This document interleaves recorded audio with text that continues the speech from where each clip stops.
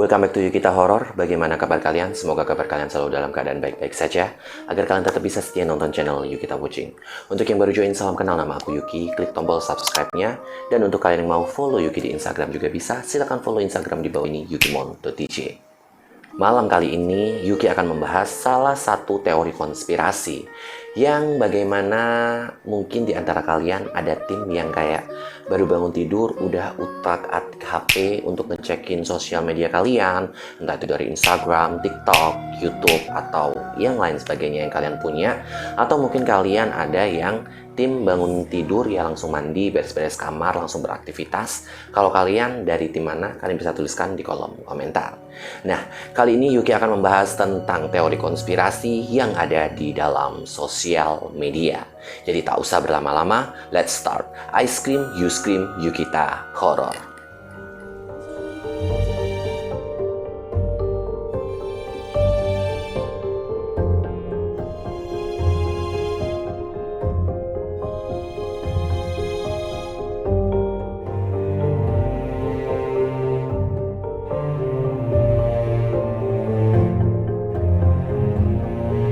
Sosial media memang sangat-sangat berkembang, apalagi sekarang ya. Yang dulu cuman adanya apa, jadi sekarang makin banyak. Dan kalian juga pasti menggunakan sosial media. Entah itu untuk kebutuhan kalian, ya hanya sekedar posting. Atau kalian ya sekarang lagi ada di mana, kalian menunjukkan lewat Instastory atau Snapchat atau di status WhatsApp kalian. Nah, kali ini kita akan membahas yang pertama adalah Instagram.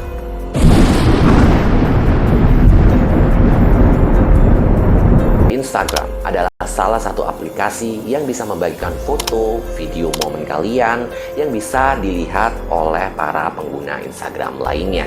Atau mungkin para followers kalian, terus para teman-teman kalian yang kayak kalian saling follow di Instagram, itu mereka semua bisa lihat.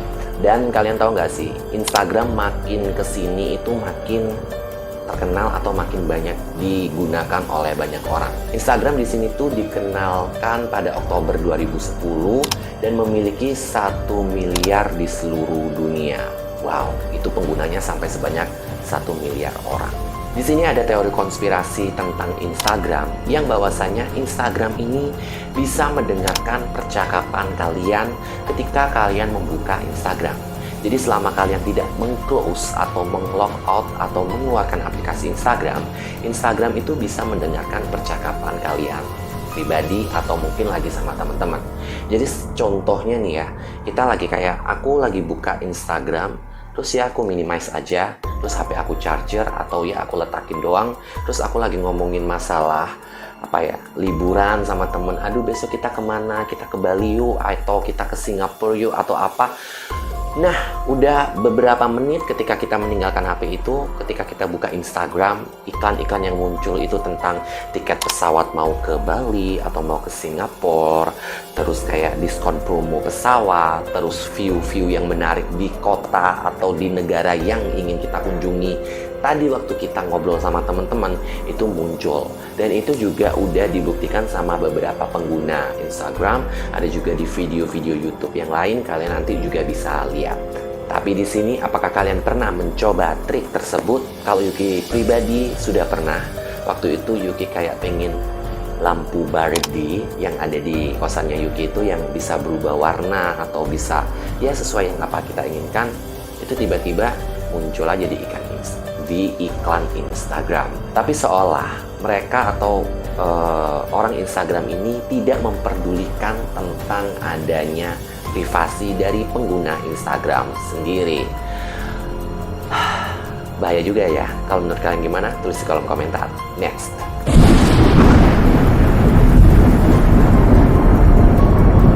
Aplikasi selanjutnya adalah TikTok. Aplikasi TikTok ini mungkin dulu bahkan kita mengenalnya sampai Google sendiri aja bisa membaca ketika kalian searching aplikasi bodoh, muncullah TikTok. Nah, dimana di situ kalian dulu yang menghujat Bowo, ya kalau nggak salah Bowo Apple itu yang sampai dia udah nggak main TikTok dan sekarang pun kalian jadi pemain TikTok. Nah, itu kenapa? Di sini ada konspirasi bahwa TikTok sengaja menjerumuskan kalian ini dengan hal-hal yang buruk di dalam video konten TikTok, sehingga kalian share ke teman-teman kalian bagikan ke Facebook, ke WhatsApp, atau ke aplikasi yang lainnya, sehingga teman-teman kalian pun akhirnya bisa mengenal TikTok. Ada juga contoh yang lainnya ketika kalian udah memfollow satu orang, misal nih ya, terus kalian ke FYP, bagian FYP itu adalah hal-hal yang lagi viral, jadi kalian makin pengen buat, makin share, makin ini itu, sehingga TikTok di sini secara otomatis kitalah sendiri adalah marketing dari mereka. Apakah sampai saat ini kalian masih menggunakan TikTok? Kalau Yuki masih banget. Kalau kalian gimana? Tulis di kolom komentar. Next.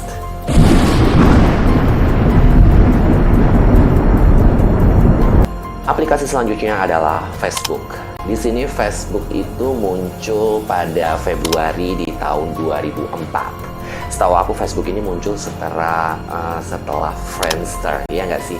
Yang dimana dulu Friendster itu kita desain layout sebagus apa, kita kasih musik di profile kita dengan display picture kita yang menarik, dan kita membagikan status melalui dinding atau wall. Dan kalian tahu, pengguna aktif Facebook di sini di dalam per hari itu mencapai 1,6 miliar per hari ya. Jadi orang-orang itu berbondong-bondong untuk main Facebook sampai saat ini tuh semakin banyak. Di sini Facebook yang seperti kita tahu menyimpan banyak sekali data pribadi kita ketika kita harus login atau mendaftar akun kita untuk memiliki akun Facebook. Di tahun 2018, Facebook terkena skandal yang bernama Cambridge Analytica. Mereka menggunakan data pengguna Facebook untuk sebuah kampanye politik. Sejak adanya skandal itu, Mr. Zuckerberg berjanji akan memperbaiki sistem keamanan Facebook. Tapi sampai saat ini pun banyak orang masih skeptis dan tidak mempercayai hal tersebut.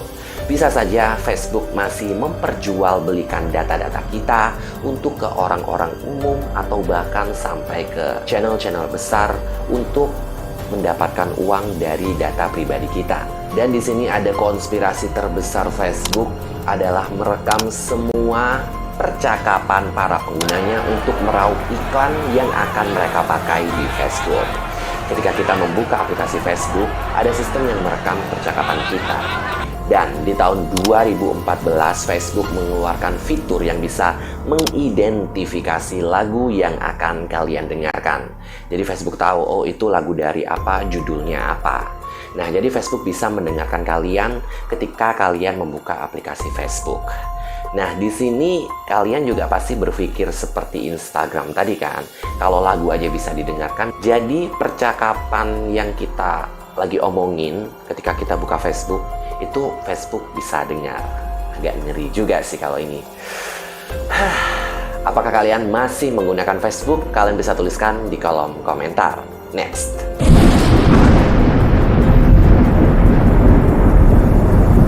Aplikasi selanjutnya adalah Twitter. Twitter di sini adalah aplikasi yang bisa membagikan pesan pendek yang bisa dibilang orang-orang itu tweet, atau yang kalau di Facebook itu status. Nah, para pengguna Twitter ini bisa membagikan status itu sebanyak 140 karakter. Namun pada November 2017, Twitter ini jadi menaikkan limit karakternya menjadi 280 karakter. Jadi kayak bisa lebih panjang yang bisa kalian share di Twitter.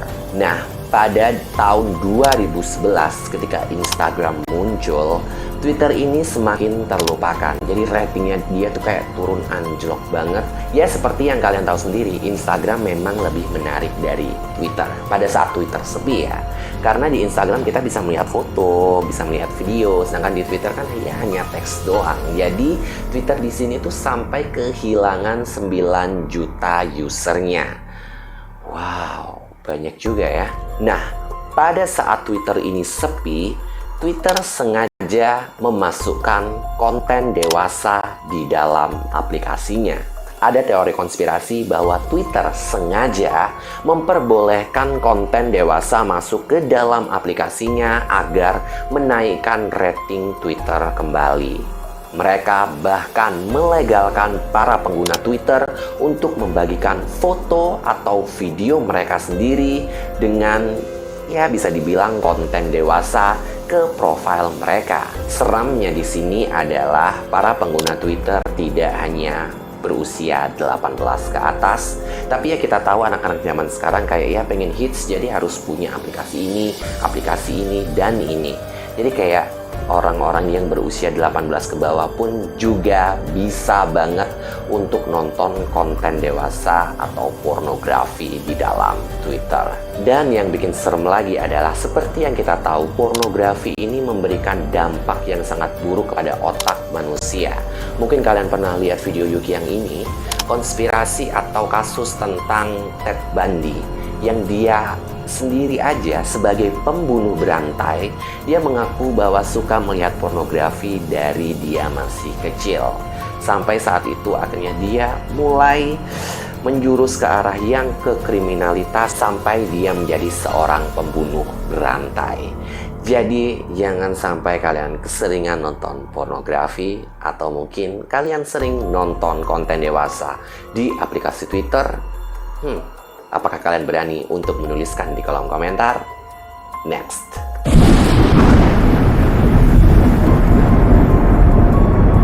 Aplikasi selanjutnya adalah Snapchat. Snapchat adalah aplikasi untuk foto, video, menambahkan gambar, menambahkan teks. Dan itu kita juga bisa bagikan ke teman-teman kita, lalu 24 jam kemudian video atau file tersebut menghilang.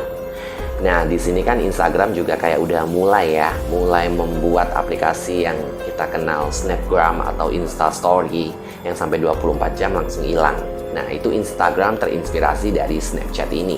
Di Snapchat sendiri, itu para pengguna aktifnya mencapai 190 juta orang per hari. Dan kalian juga pasti paham banget bahwa Snapchat memiliki fitur terbaiknya, yaitu bisa menganalisis wajah kita, bentuk wajah kita. Jadi kayak yang kita kayak pakai filter anjing atau filter panda, jadi itu kebentuk di sini ketika kita menoleh dia ikut. Nah, itu kan filter terbaik dari Snapchat. Di sini makin banyak orang percaya bahwa Snapchat ini dibuat oleh pemerintahan Amerika Serikat untuk menyimpan data pribadinya ke FBI. Jadi mereka punya scanning wajah kita gitu. Jadi kayak ketika kita punya apa-apa atau lagi ada apa-apa, itu mereka bisa dengan gampang mengidentifikasi wajah kita atau ya data kita. Mungkin kalau kalian yang memang berstatusnya baik-baik saja ya, kayak nggak ada masalah lah sama yang namanya kasus kriminal atau apa, kalian merasa aman. Tapi ingat, keseraman itu nggak cuma dilihat dari tindak kalian saja, tapi orang-orang yang tidak bertanggung jawab juga bisa melakukannya. Seperti kayak scanning wajah kalian tiba-tiba dibagikan ke orang dekolektor kayak atau ke pinjaman online, sehingga kalian yang tidak mempunyai hutang jadi kayak ditagih-tagih. Itu juga serem banget. Apakah kalian sampai saat ini masih menggunakan Snapchat, atau mungkin ada konspirasi yang lain dari Snapchat yang kalian tahu? Kalian bisa tambahkan di kolom komentar. Next.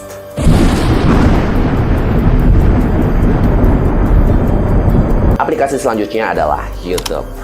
YouTube memiliki fitur algoritma apa yang sedang kita tonton. Ketika YouTube sudah mengetahui apa yang kita tonton, YouTube ini kayak nge-push video yang lain, video konten serupa yang lagi kita tonton di video-video selanjutnya. Dan ini mengakibatkan orang-orang menjadi masuk ke filter bubble yang membuat mereka menjadi terobsesi dan terisolasi secara otomatis. Tentu saja ini memperburuk pemikiran kita menjadi fanatik dan juga tidak berkembang.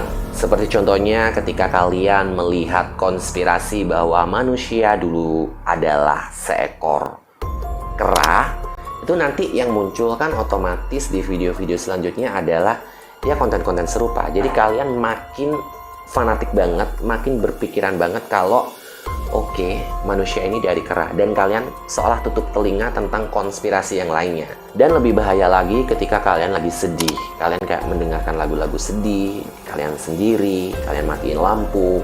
Terus video-video yang muncul selanjutnya ya tentang orang-orang galau, tentang musik-musik sedih lagi. Dan itu bisa kayak membuat kita lebih down atau bahkan kita sampai depresi hingga bunuh diri.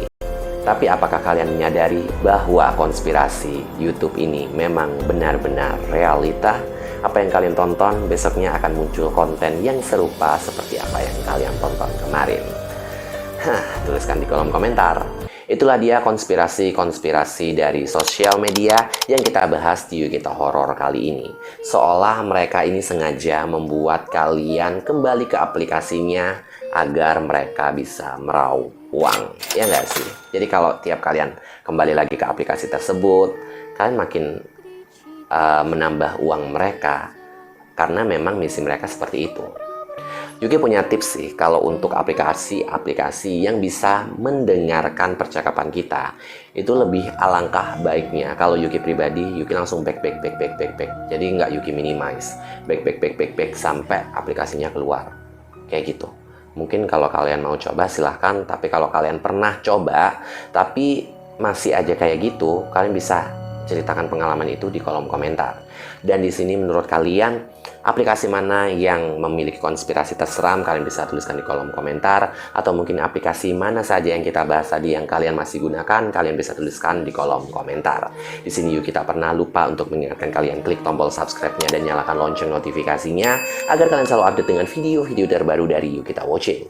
Like jika kalian suka dengan videonya, jangan di-dislike jika kalian tidak suka dengan videonya. Cukup share ke teman-teman kalian agar kalian semua bisa berkumpul di dalam kolom komentar. Saya Yuki, pamit undur diri, see you next video.